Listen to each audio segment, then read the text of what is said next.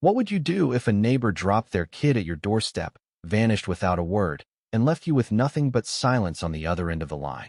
That's the question I faced one rainy evening when my life took a turn I never saw coming. My name is Clara, a single woman in her 30s, living quietly in a suburban cul-de-sac where everyone knows everyone's business, so I thought. I'd always been the dependable one, the neighbor who'd lend a cup of sugar or water your plants while you were away. But what happened that night tested the limits of my patience and taught me the value of standing up for myself. It was a Thursday, the kind of evening where the sky churned with dark clouds and the air smelled of impending rain.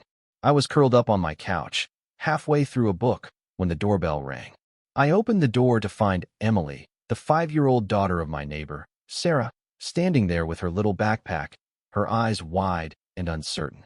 Sarah, a single mom who lived 3 houses down, was nowhere in sight. "Mommy said I should stay with you for a bit," Emily mumbled, clutching her stuffed bunny. I looked past her, expecting Sarah's usual rushed smile, but the street was empty.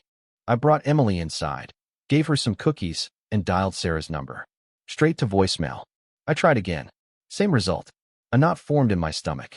Sarah wasn't the most reliable personaged flit from one crisis to another, but this felt different. I texted her, "Hey, Emily's here. Everything okay?" No response.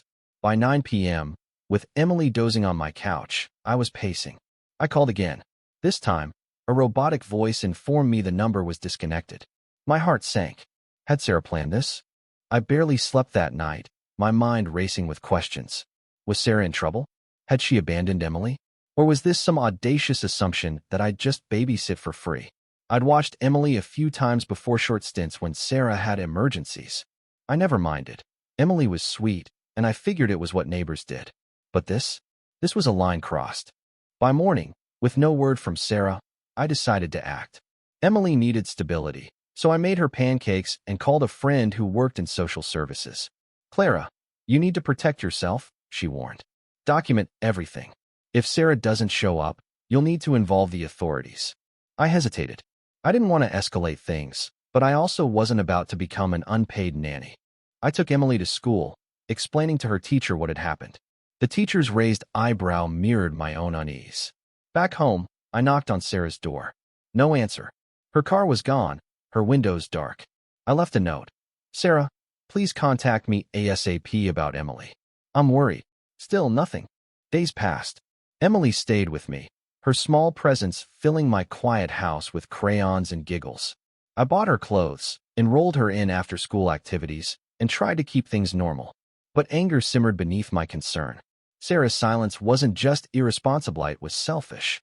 I wasn't Emily's mother, yet here I was, rearranging my life while Sarah, wherever she was, assumed I'd handle it. On the 5th day, my friend's advice echoed louder. I called Child Protective Services, my hands shaking as I explained the situation. They took Emily to a temporary foster home, promising to investigate. I felt a pang of guilt clung to me when they arrived, but I knew it was the right call. I wasn't equipped to be her guardian, and Sarah needed to face the consequences. 2 weeks later, Sarah reappeared. She stormed up my driveway, her face a mix of defiance and desperation. "How could you call CPS?" she demanded. I took a deep breath, my voice steady. "You left your daughter, Sarah. No call, no note, no explanation. Your phone was off. What did you expect?" She stammered about a personal crisis and a dead phone, but her excuses rang hollow. "You thought I'd just babysit for free?" I said, my voice rising. "Think again." Sarah's eyes welled up, but so did mine. I cared about Emily, but I wasn't a doormat. I told Sarah about the CPS report, the foster care, and how Emily deserved better. For the first time, Sarah seemed to hear me.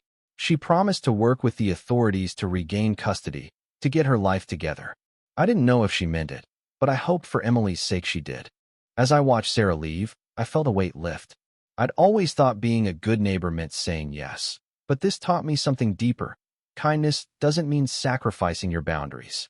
Emily's laughter still echoed in my house, a reminder of the little girl who'd briefly brightened my life. I hoped she'd find stability, love, and a mother who'd never leave her again. And me? I learned to value myself as much as I valued helping others, a lesson I'd carry long after the rain stopped falling.